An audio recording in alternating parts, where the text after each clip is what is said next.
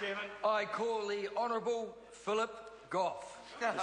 Mr. Chairman, today the House is about to decide whether to vote $57 million to the GCSB and the security and the intelligence agencies.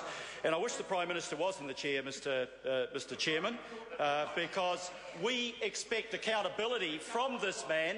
This man on his own is meant to be holding the GCSB accountable, and I've got to say, Mr. Chairman, that this House has no confidence that he is doing so. We are voting $57 million to an organisation which, after the Kim.com debacle, was found in the Kitteridge report to be incompetent and have a poor culture and to have underperformers. It's not doing its job, and what's more, the Prime Minister comes to this House in the legislation and says that he wants to extend the powers of the GCSB. He said, in a true spirit of arrogance and a leader that's becoming increasingly autocratic, that the critics are misinformed. The critics are always wrong. Well, let's look at who the critics are. According to TV3, 40% of New Zealanders don't have confidence in this organisation. 40%. Let's look at the submissions against extending this body's power. The Law Society, the Privacy Commission, the Human Rights Commissioner all say the legislation, the decision to extend the powers are wrong. And if they're all misinformed, perhaps David McDowell, the former head of the Prime Minister's Department, is also misinformed when he says the surveillance is being extended and that potentially undermines the rights of New Zealanders. And from his experience as the head of the Prime Minister's Department, he is saying there is too much power. The Prime Minister might not be being told everything, and if he is, we wouldn't know because he doesn't tell anybody else. And he says there needs to be better oversight both within and outside this House of the GCSB. That from the former head of the Prime Minister's Department.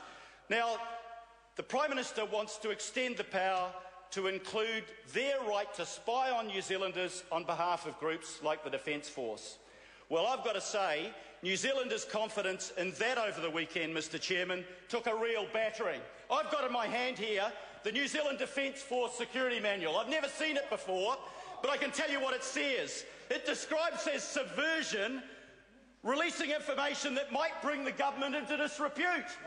So this is what New Zealanders are worried about, Mr. Chairman. Any individual, any organisation, for heaven's sake, even Her Majesty's loyal opposition, that say anything that bring the government into disrepute can be subversive. And worse than that, Mr. Chairman, they say that investigative journalists are subversive. The Dominion, hardly a liberal outlet of the news, said in this morning's paper it's changed its mind, it opposes the bill, because any organisation like the Defence Force heads who confuse any criticism of them as being subversion, they should not have that power. And I want to know why it is that this organisation has been further degraded by a Prime Minister who does a dodgy process of appointing its head that even the State Services Commissioner feels obliged to come out and oppose. How can we have confidence in that organisation? How can we have confidence in it when we see what the NSA in recent months and the GCHQ in the United Kingdom in recent months have been doing, overstepping the mark, abusing their powers, and this government, instead of taking those trends on board and those concerns, wants to increase the power of the GCSB.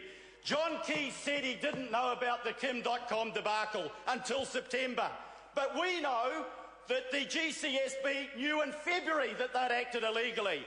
Now, was the GCSB absolutely incompetent and negligent in not telling the PM, or is the PM being dishonest with New Zealanders and saying he didn't know until September?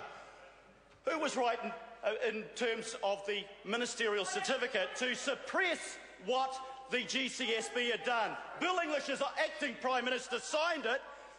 John Key said he was never told.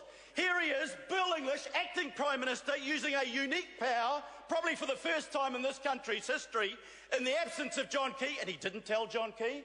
So the GCSB doesn't tell John Key, Bill English doesn't tell him, how can we believe them?